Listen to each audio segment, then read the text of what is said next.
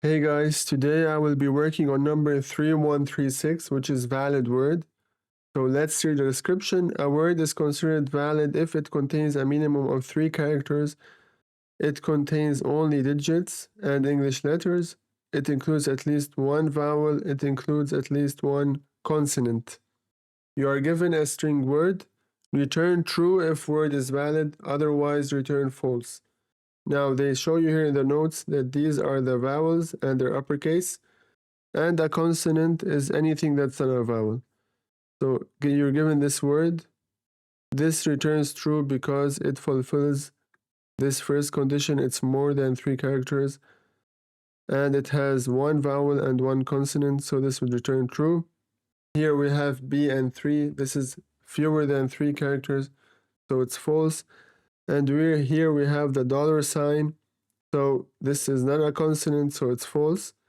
And then they tell you a word consists of English uppercase and lowercase letters, digits, and the @ sign, the hashtag, and the $sign. So now if we go to the code, we simply need to add these conditions in the code, and then we have a working solution. So we need to check if the word contains at least one vowel. How to do this? We can create a vowel string.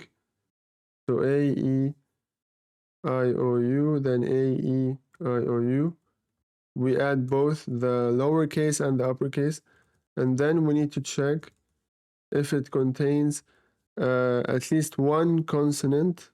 So we also could create this B, C, D, F, G, H, J, K, L, M, N, P, Q, R, S, T, V, W, X, Y, Z, and then we just add the uppercase B, C, D, F, G, H, J, K, L, M, N, P, Q, R, S, T, V, W, X, Y, and Z.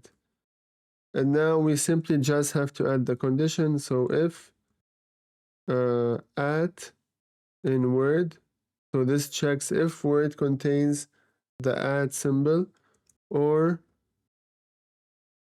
hashtag in word or the $sign in word.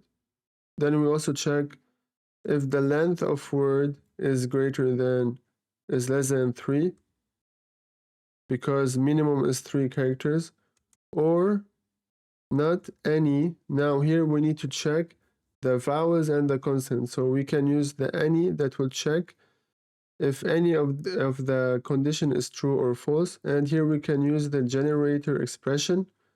So for V in vowels or not any. Also C in word or C in con.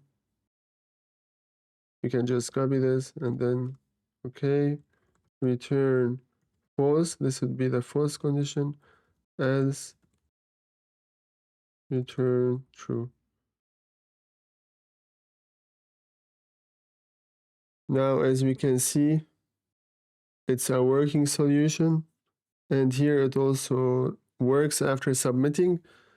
So here what basically we did, it's a very simple question. We just need to satisfy these conditions.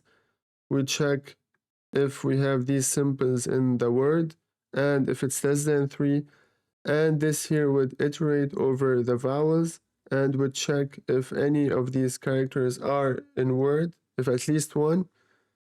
And the same thing here, it would check if at least one of them is in word. And if this condition returns false, then it's a false string, else it would return true. And that's it. It's a very simple solution and a very simple problem. Hope you guys understood, and see you in the next video.